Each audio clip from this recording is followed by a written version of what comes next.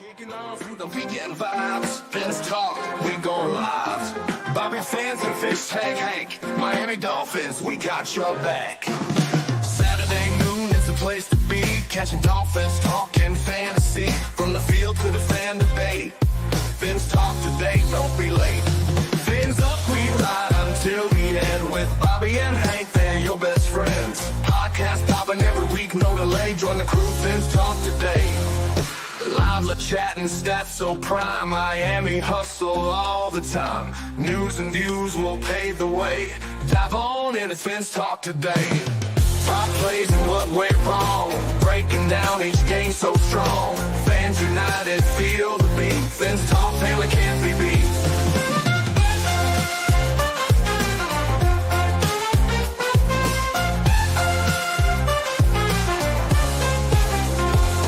Fins up, we ride until the end. With Bobby and Hank, they're your best friends. Podcast popping every week, no delay. Join the crew, Fins talk today.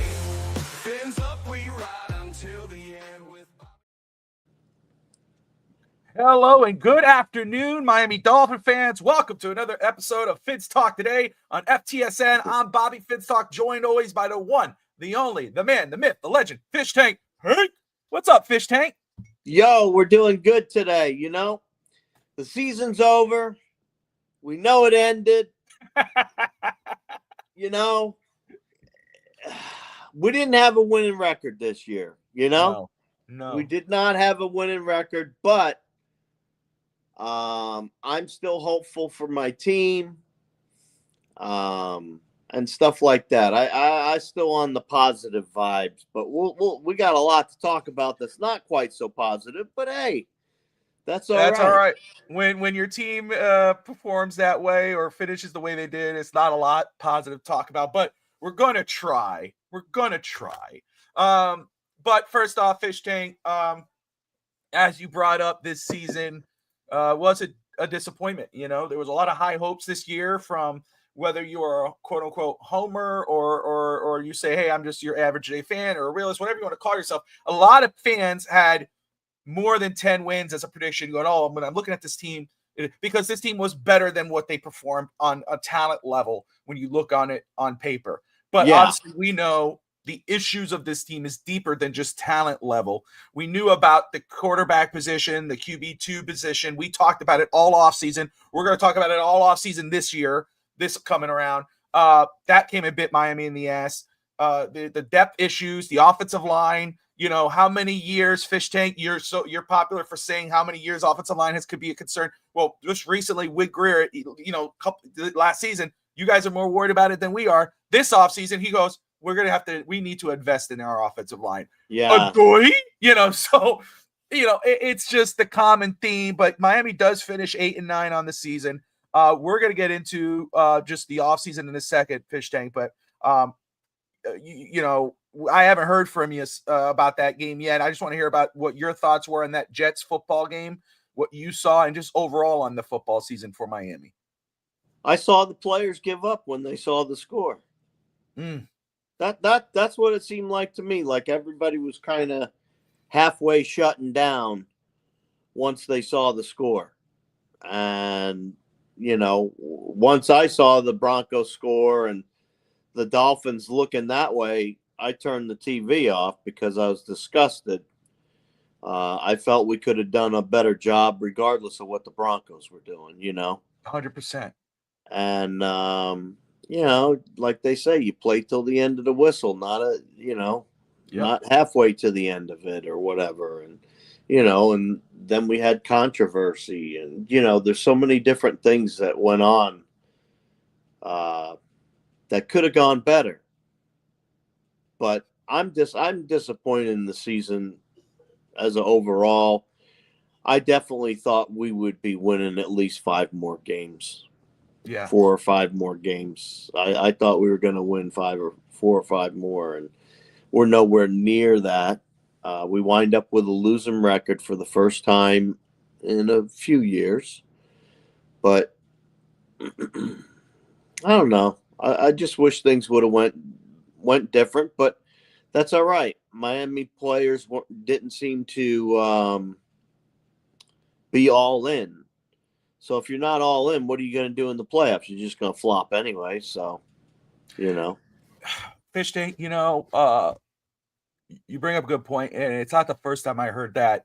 We do know one player for sure quit on the team in the fourth quarter after possibly seeing that score. But you're not the first one to say that you just felt the team did it overall. They just didn't walk off the field. They just didn't give their 100% effort. Let me ask you that, just a follow-up question. When you're watching that, as a fan, who's that an indictment on? When you look at that, what do you say, who do you put that on? I put that on the head coach. That all circles around to the head coach. All that whole thing is the head coach. Yeah. The head coach has to be the master of puppets, okay? And all those players are his puppets. And he has to be a master of orchestrating so that it looks live, so it looks real, so that people are entertained. Well, in this case, it's a matter of quality over quantity. And we had a lot of quality on the team. Okay, so what happened then? Well, that goes back to the head coach. If you've got all this talent and you can't make it happen, you don't ever go deep. You got some of the fastest people in the NFL, and you don't ever go deep. Give me a break. Give me a break. I mean, really, it's kind of to the point of stupid. I hope that if McDaniel's still here or whatever for next year, which it seems like he's gonna be, I hope he learns how to run, pass, run and pass, not one or the other. He needs to put in a good mix of a game and get Miami moving in the right direction when he comes back. So that's one thing for sure, Fish Tank. We know that Mike McDaniel and Chris Grier will return. Stephen Ross immediately after the game released a statement saying that he appreciated paraphrasing here, that he appreciated their relationship and will move forward with them in their respective roles. And then he, at the end, said, do not take this as an indication that we're satisfied. Basically, we're going to take a hard look at our organization, our roster, to make necessary changes. And of course, you could point to a whole other things. We do know Danny Crossman has been fired. Russ Welker was fired, which was a shocker. Crossman was it? We've been calling for that for a couple seasons now. Yeah, Crossman needed to happen. But I'll tell you that. Let's follow up with that for a second. That Ross has announced that my jacket. McDaniel and Grier are both coming back. Was that the right decision, in your opinion, for them to come back at least another season? Or would you have liked for either one or both to be bounced? You have significant picks in this upcoming draft. What better way to bring in a new GM? You know what I mean? That would have been nice to do. However, we didn't do that. I don't know why we didn't do that. But, Cap tells me today's hoodie day.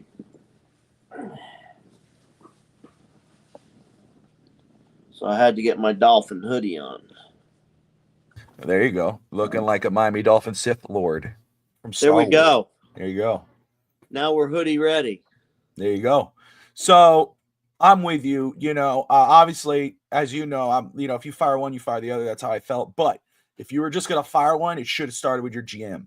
Yeah. And but I will say I'm with you 1,000% when I asked you about who would you put that indictment on in regards of the coach. And I'm right with you. First of all, not only am I dripping, fellas, I'm saucy too. That's he's dripping with sauce. And there you go, Miss Fish Tank, Baby Yoda. We both have our hoodies on now because Cap for Life said today's National Hoodie Day. There you go. You see that? Cap coming in the clutch. But, Fish Tank, I don't know if you got to see anything from the press conference with Grier and McDaniel. Yeah. But one thing that kind of hit the nail on the head, especially with what you were saying with the indictment on McDaniel, with his players quitting and Tyreek actually quitting on the team before the end of the game. He had basically told on himself. and said that they had multiple times, even lesser known players were late to meetings, and that fines weren't working, and that he's going to have to adjust and change to start making it more. And he basically, it's, you telling them that you don't want to be here. That's a disciplinary issue. And we knew that from the jump. When you start seeing all the penalties, you see the, what's going on off the field. And he basically tells on himself. And you look at that, and you see that, and this is where you see it. He's not a head coach. He's a glorified offensive coordinator pretending to be a head coach. He wants to be everybody's friend. He loves to laugh and joke with all the players. But guess what? When the going gets tough and you tell him, hey, Tyreek, I need you, man. Tyreek's, no, I'm good. I'm right here. The players don't respect you. They may like you.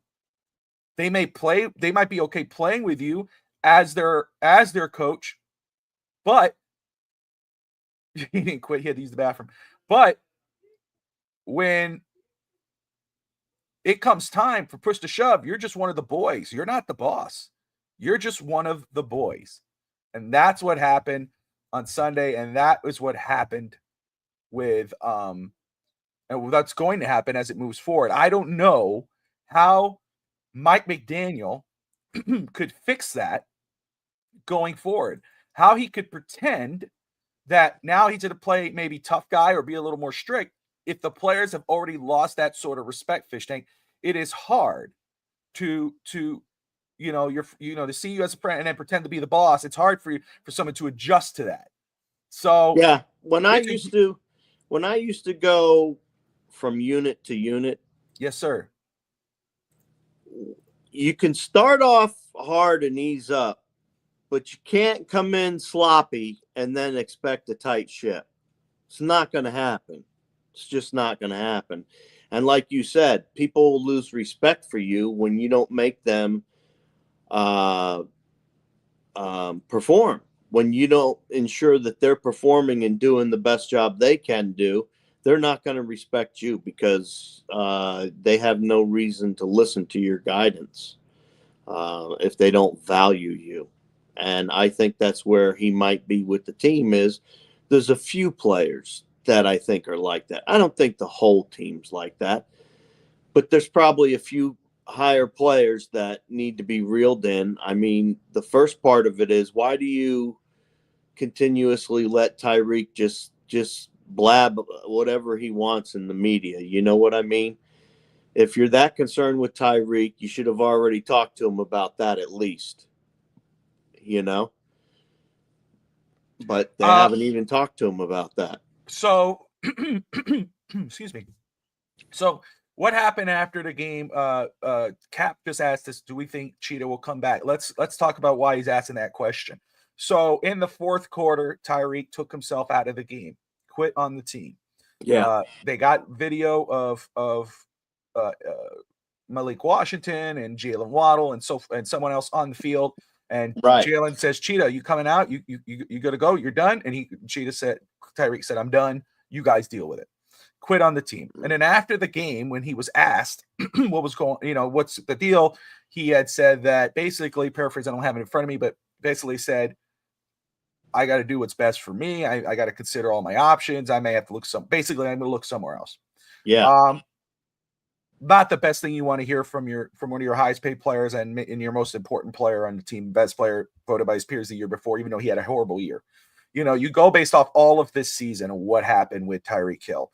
The arrest or the detainment at the beginning of the season, and then you go throughout the season, not performing his best football, a lot of drop balls, Fish Tank, the trolling with posting himself, putting himself in a Chargers jersey, talking about going to the Chiefs. And then even after this situation, posting a picture of himself with a superimposed head of himself over Antonio Brown, quitting on the Antonio Brown quitting on the Buccaneers when he ran off the field. He put his face over Antonio Brown's face. It's all those little things, and that show to tell me that he won't be back. Obviously, Drew Rosenhaus had come out, his agent, super agent, very well known in Miami. He was on the Pat McAfee show, and he basically said, "Look, you know what? It was a heat of a moment situation. I talked to Tyreek. He's committed to the Dolphins. Mike McDaniel said that Chris Grier and McDaniel both said they had a good conversation with Tyreek, that Tyreek did not ask for a trade at that moment, that McDaniel said he had a very honest conversation with Tyreek Hill. And then Pat McAfee's team asked Drew Rosenhaus, so Tyreek was going to be back with Miami. And he said, well, I didn't say that. I have to still talk to Tyreek, which to me is BS. I mean, you obviously just did. So obviously he's making his roll around the room. I'm going to say this, Fish Tank, and I'll let you go about how you feel about this situation. I know you're just kind of hearing all this stuff out. Here's how I feel. If it was just at the end of the game, after the game, Tyreek comes out after the losing and being eliminated from the playoffs and say, man, I don't know. I don't know if I could be in this type of situation. I might have to consider my other options, see if I could do something else or go somewhere else. And then later comes out and says, I was just the heat of the moment. I should not have said that. I could forgive that. I don't mind. I can understand, Fish. When you're so upset or you're defeated, you say some stupid shit and then and you say something you might regret, and and that's forgivable. I get that. You said, you're upset. It is. But when you quit on your team, you're you're the number one player on this football team. You are supposedly a captain of this team. You lead by example. You're one of the best players in football, supposedly. And you quit on your team in the fourth quarter. You didn't say nothing to your coach. You didn't say nothing to your teammates. You just walked off the field and said, I'm not going in.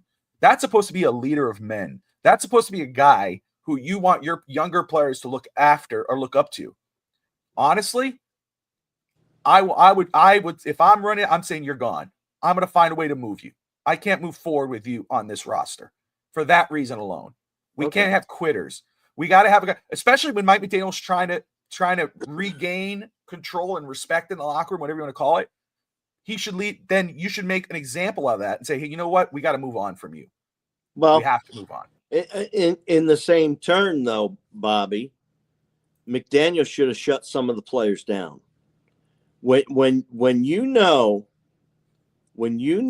that you have no more chance of getting in the playoffs and all that stuff, and they knew the Broncos were just smacking the heck out of them, you should have shut players down as a head coach, first of all, because you don't want them injured before next year. So if it was me, I would have started shutting select players down come the fourth quarter, just to preserve their abilities and their availability for the following year. Now, was it right what Tyreek did? No, it was selfish. And if he wanted to come out of the game, he should have went and talked to the head coach first. Yes. And said, if you need me, I'm here. But if you don't need me, and this is the end of the season, I'm going to go have a seat on the bench. Now, if you want to man up and do it that way, I understand it. But to just say, nah, man, I ain't going in there. You guys take care of it. No. Right on the money. I will tell you there. Look, see, that's the thing. Should have McDaniel said at that point, you know what, guys, we're out of this game, or we're, if he actually looks at the scoreboard, which I think they should be focused on the game, not looking at the scoreboard, looking at Broncos. Yeah. That you shouldn't be doing that. And whatever they did, I don't know, they were wrong. Now, I agree with you, though. If you look at that and you go, okay, you know what? Let's go ahead and push Malik Washington. Let's go see what our younger guys can do. I'm with you. But the issue is he didn't do that. So you're right on the money again when you go, but Tyreek should not have done that. I agree. Tyreek should have gone to Mike McDaniel and say, hey, man, look, we're done. I'm going to just sit down. Okay, now that's a different story, but he didn't do that. He didn't do that, and the head coach didn't do what he was supposed to do either and protect his players. Yeah, 100%. Moving on. By the fourth quarter, you knew. Oh, it was. If again, the fans knew for sure the game was that it didn't matter. The fans knew. You know what I mean? And obviously, I get maybe Tyreek looked, and I think he did, and was like, "Okay, I'm not doing this," and he walked off. But again, he should have had a conversation with his head coach. You should have had a conversation with your head coach. And again, that's a guy you're supposed to be leading by example to his fellow teammates. and that it was not a good look. If I will say, full disclosure though, if Tyreek does return and they work it out and whatever, and he comes back, he's a Dolphin. I will root for success on Sunday, no matter what. I'm just speaking as of right now. I would move his ass. That's where I stand right now in this situation. Where's his contract at? What's up, George? What's his Daniel? EJ, great to see you. And G's in the house as well. Sorry, you guys, just saw you guys in there. You would take a hit. I mean, I don't know how that situation will work. Obviously, people go, move from 2 to 2. No, you can't do that. That's impossible right now. Maybe next year, but Tyreek, you could do it, but we'll see. We'll see how that situation plays out. You don't really, and this is the thing. And I see people on X all the time, and they get all huffy and puffy in their panties. And, it's like, calm down. It's like, calm down. I'm never supporting this team. The whole, I hate the team thing. Okay, great. It's okay, folks. It's okay to be angry, but let's look at what we do have. We do have the same GM in place, which can be a benefit. Now, we all know how much he sucks at drafting people, especially the offensive line. He has bombed on it year after year after year after year. So is this our year that we get lucky? I hope so. I hope so. Let me just say, Fish Tank, it was like a lift up. You're like, look, there's things to look at. With the GM, that could be a benefit. But we know he sucks. It's like, okay, we're back. Fish Tank will lift you up just to forget. Body slam your ass right back. No, that's the way we need to do it. That's right. That's how this whole season went. One roller coaster. It was man. Perfect. It was a great synergy. Let's but talk. No, he's Bobby. Yes, sir. Bobby. Yes, sir.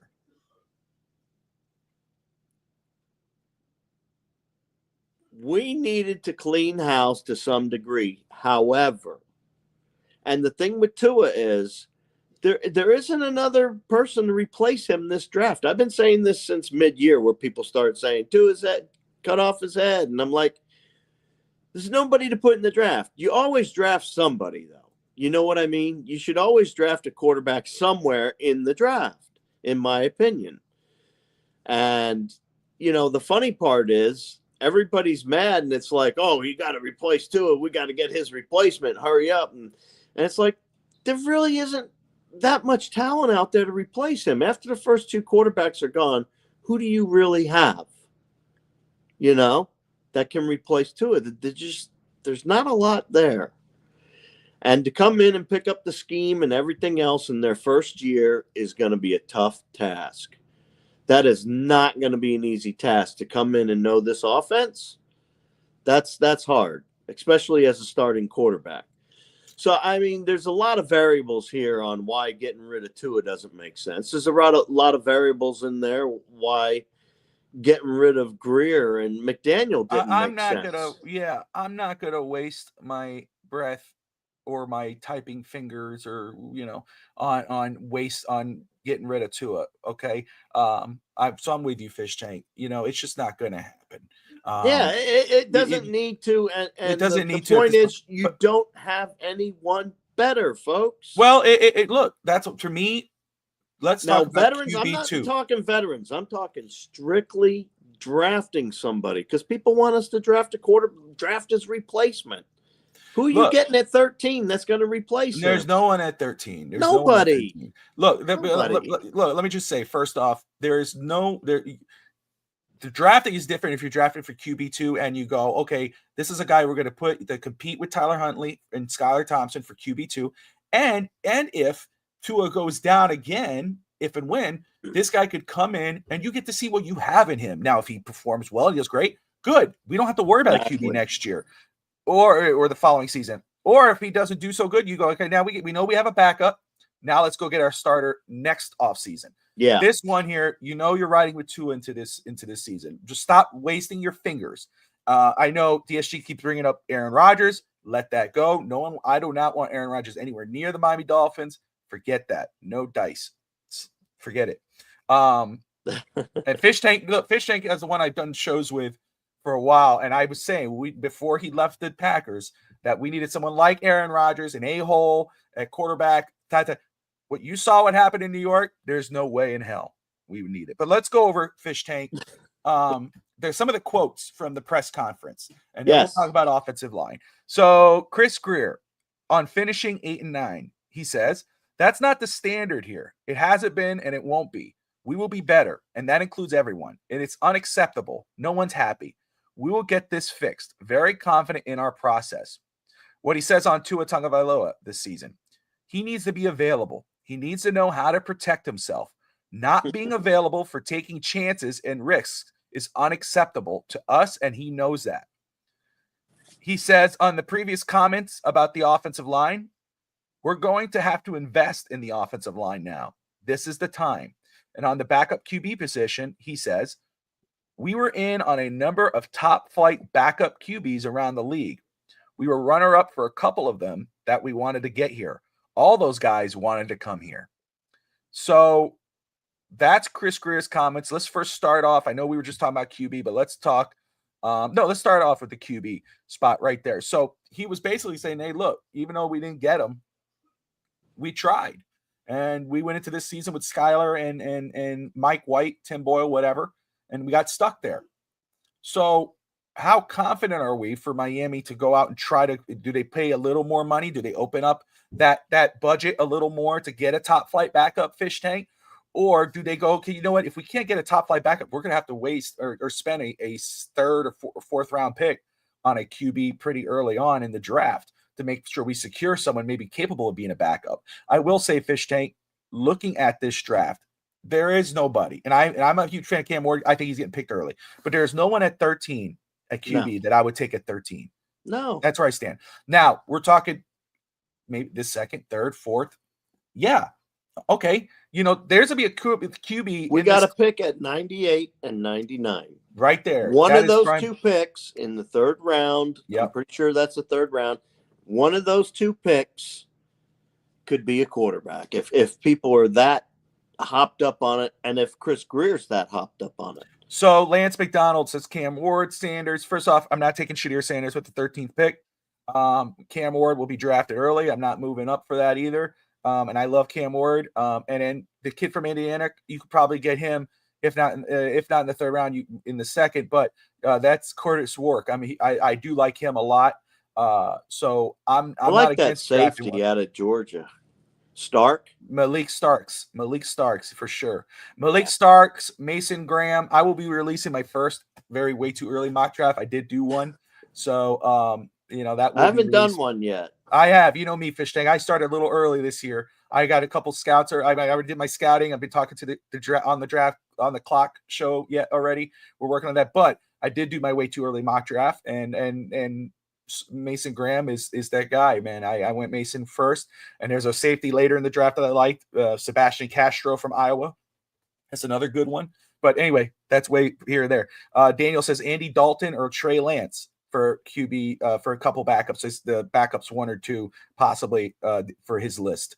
So I'll say this. After that press conference, I felt better, even though I still would get rid of him. That's not means that, I feel great about him. No. I feel better about the plan this offseason with Chris Grier after that press conference. Talking about QB2, putting 2 on notice, talking about offensive line. To me, that spoke, when I listened to him, that sounds like a guy with his feet on the fire. Where even John Mora, who brought back his coach and GM, went out the next day and said, they said, how long before, you get frustrated? He goes, very little, because my patience about run out.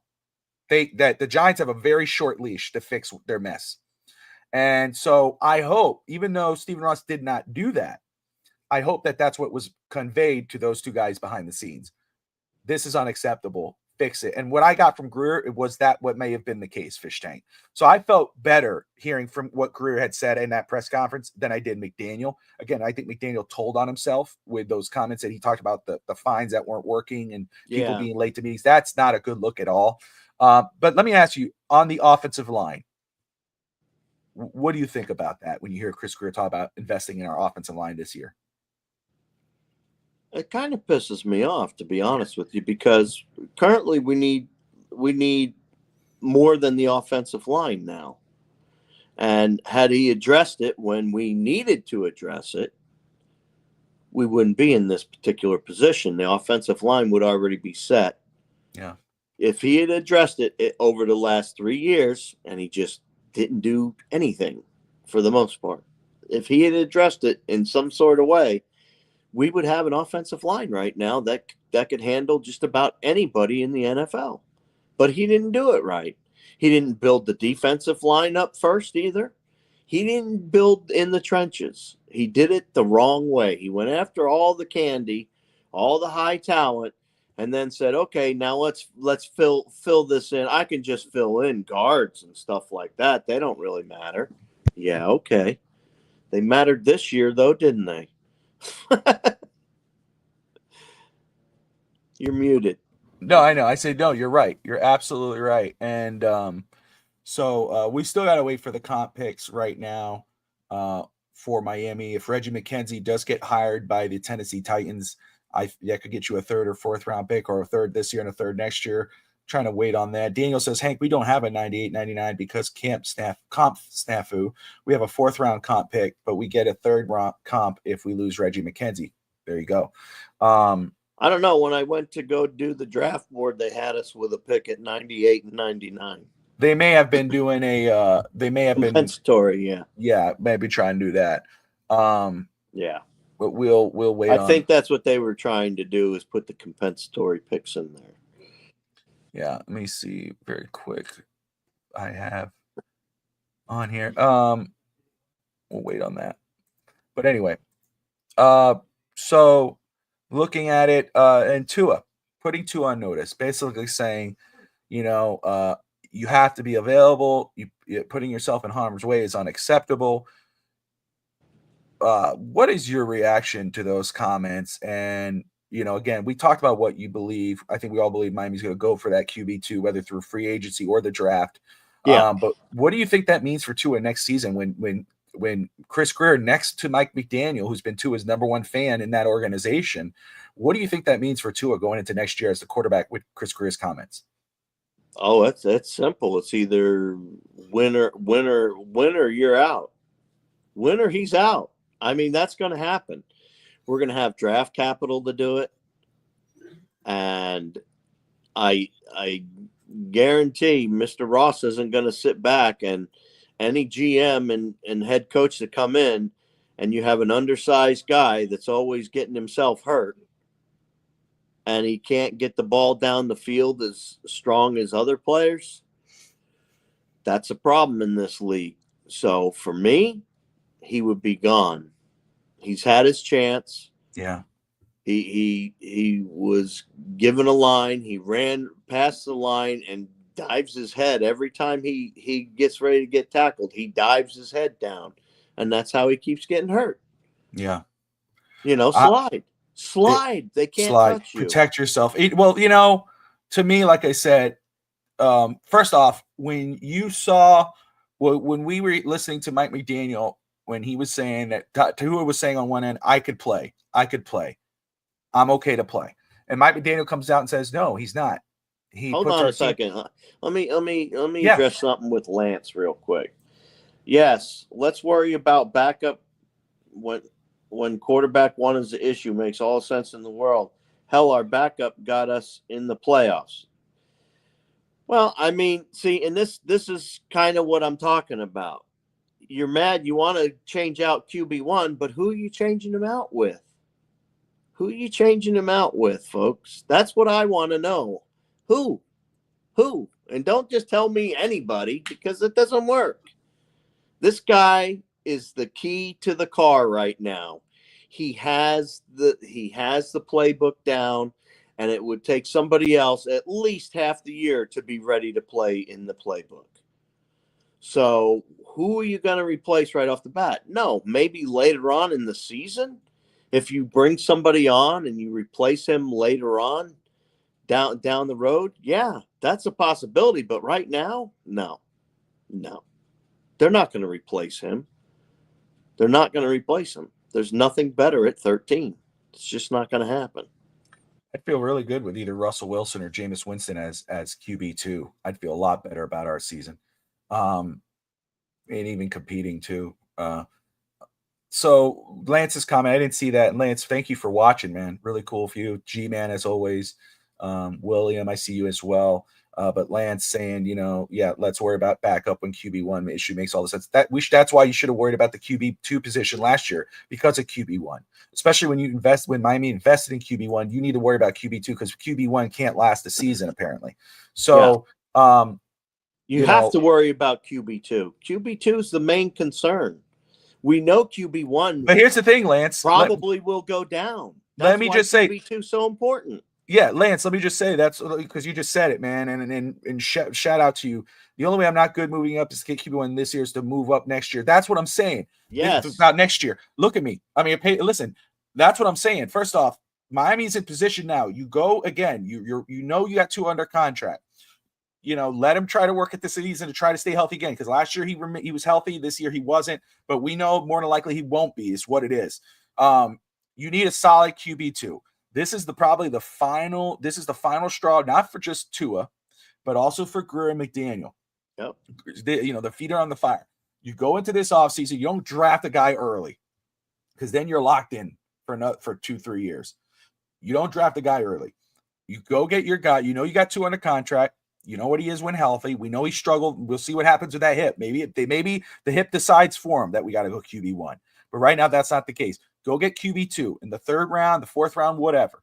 All right, let that guy develop or compete with Huntley and Skylar. Now, if and when Tua goes down, then you plug in that guy. You move him up. You see what you got in him. Maybe he shocks the world and he starts blowing it up, and we don't need to trade up. But if he doesn't, then you go into next season, you go, okay, now we know for sure we're going to go get our QB1. And when you trade, because this QB class coming in next year is way better than QB class coming in this year. That's just a fact. So you go get whether it's Archie or Nico out of Tennessee, Carson Beck now out of Miami. There's a lot of QBs that are going to be available in next year's draft compared to this year. So no, don't just draft a guy to draft a guy. You got a guy, hold him. You could draft a guy in the late mid rounds and then go get a guy next year. Man, DSG is just holding on to that Aaron Rodgers talk. Anyway, so what I was saying, Fish Tank, about putting not just Grier putting Tua on notice with staying healthy. You also had Mike McDaniel saying basically kind of cutting Tua at the leg, saying, because Tua's like, I could play right now. He's like, no, you can't. The doctors say you can't. You put our players in jeopardy. You put our team in jeopardy when you're on the field. That's never happened with McDaniel. When I heard that from McDaniel towards the end of the season, I was like, this is a guy where this injury must be more serious than we thought. And even McDaniel's kind of saying, Tua, we're better off without you right now. Yeah, we'll see how he heals up during this offseason.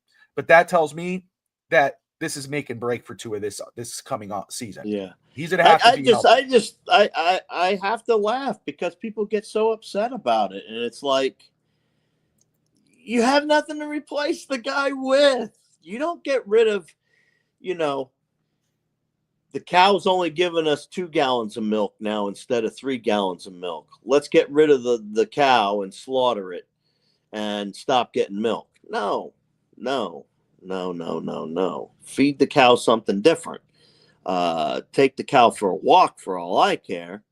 But my point is, Tua, you don't take a diamond and replace it with a ruby and say the ruby's more precious stone than a diamond, because diamonds are the most precious stone.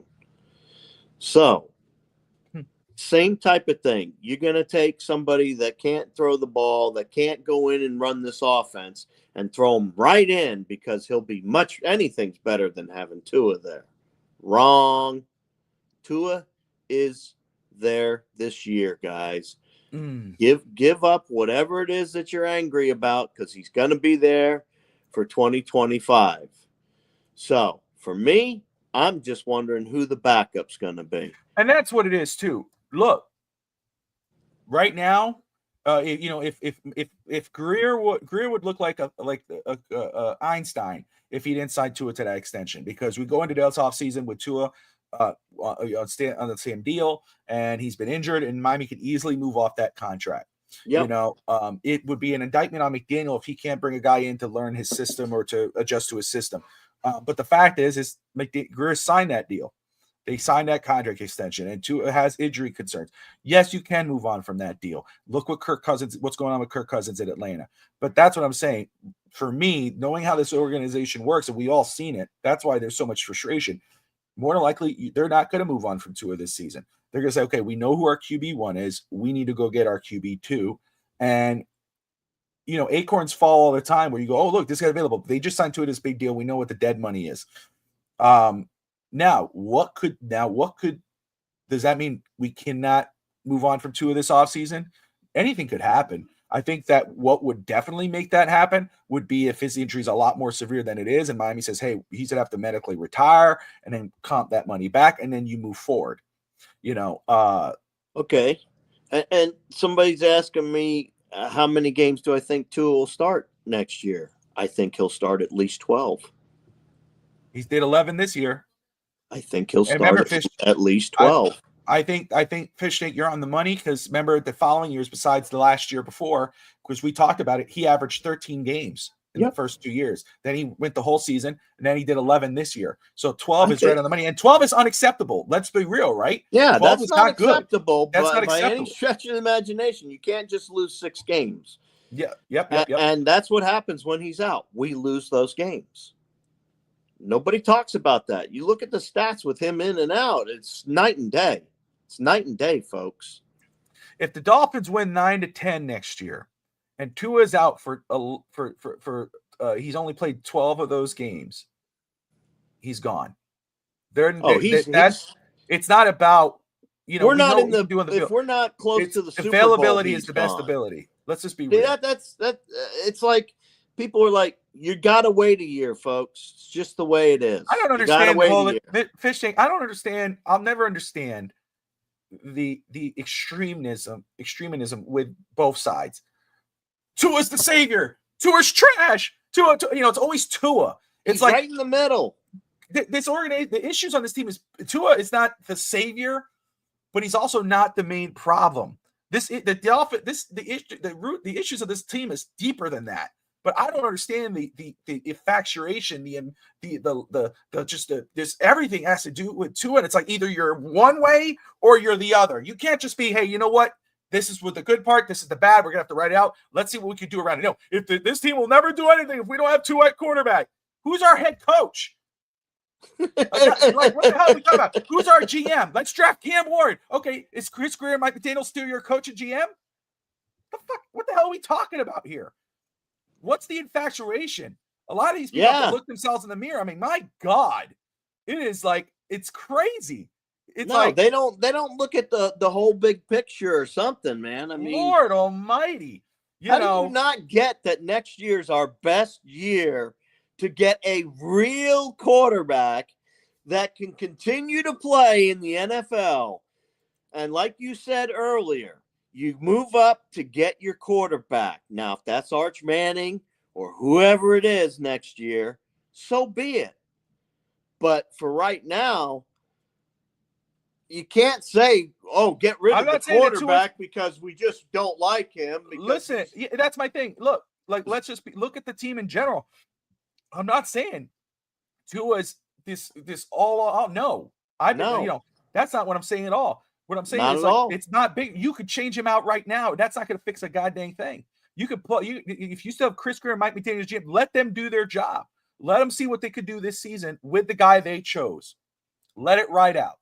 Yep. There is no, we got to change QB1. Well, what's going to matter if QB1, the next QB we have, is playing behind the same offensive line with the same head coach who can't adjust or run the goddamn ball, or the same GM who can't make a damn play? All you got to do is trade draft picks and throw money at star players, but can't fix a damn O-line or get a bench or QB2.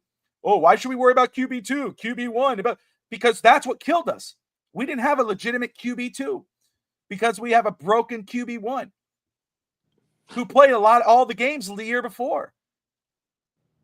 I mean, my goodness, if any of these guys were running the Dolphins, it'd be the same damn thing. Tell them, Bobby.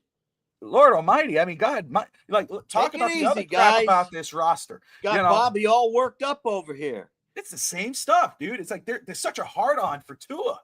I know. I get it's it. like I'm give not it saying a break. Tua's Russell Wilson or he's in. No, Tua's Tua. Hey, I've been Bobby, pretty consistent with my thoughts. I have on an Tua, idea, but my Bobby. God. Let's move on from Tua and talk about Dip it in something cold else. water and shrink it a little bit. Let's shrink the hard on for Tua right now. My goodness. It's either one way or another. My goodness. I know. Be in the middle of the row, folks. Take what you have. Be glad you have it.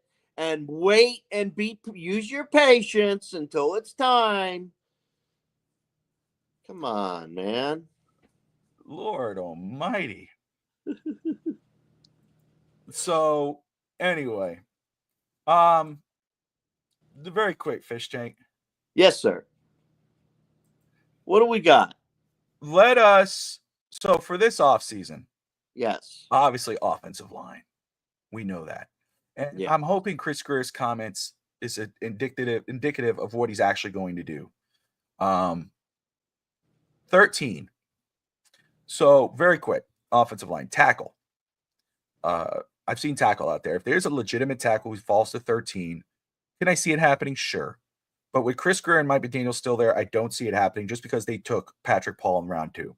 Guard is more likely, not at 13, but if you trade down into the later part of the round 1 or in round 2, then guard becomes Donovan Jackson, Jaden Roberts. I think that's who it is from Alabama.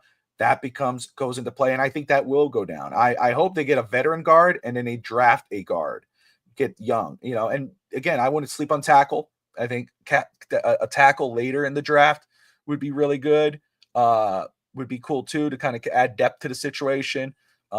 Jack Nelson from Wisconsin is another one that I would like. How would you, let me say, the round 1, I know you brought up Malachi Starks, safety. You have 3 positions. Let's do this. What are your team needs, man? Like give me 4 team needs for the Miami Dolphins going into this offseason. We need interior offensive linemen, which is guard. We need safety. And we need a tight end, defensive lineman, cornerback. That's where I'm at with it. Is that enough? That's more than enough. For me, I have it where it was, I have interior offensive line, safety, receiver. I'd be down for a bigger bodied receiver, QB, and defensive line. Yeah. Well, I think if we brought in a tight end, like Tyler Warren or somebody like that out of Penn State. Yeah, he looked good. That would really, really help our wide receiving core. And then, like you said, get another big body in the next round. Yeah, I would, for sure. But obviously we're not doing that. We need offensive linemen. Now, I hope that they don't pick an offensive lineman at 13. What I'm hoping is that they trade down. And they trade down around close to 20, in the 20s. And I would take Tyler Booker out of Alabama is who I would take. Booker, yeah, that's a good one. That's who I would take is Tyler Booker out of Alabama and plug him right in. Good to go. Trade down, get all kinds of capital, and put it to use. 100%. I like it. As this offseason goes on, obviously we got the draft show coming up here on FTS on Fitz Talk today. We'll be doing that. We'll be talking about the draft. We'll be talking about free agency. We'll see what's going on. Who's the new special teams coordinator? Who's going to be our new wide receivers coach? Do they promote from within in regards of the wide receivers coach? I forgot what name it was that I saw out there. We'll see if I think Darrell Bevel is interviewing for an OC job outside of Miami. He's the QB coach here in Miami. He might be leaving soon. We'll see what goes on there. Frank Smith still remains on the roster. I don't know if there's any more changes. We'll continue to see that and monitor that, and we'll talk about that as we go on. Fish Tank, before we wrap it up, any final thoughts?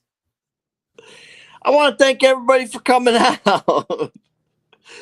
Thank you, folks, for coming out. We were challenged today. We were challenged today as fans, all of us.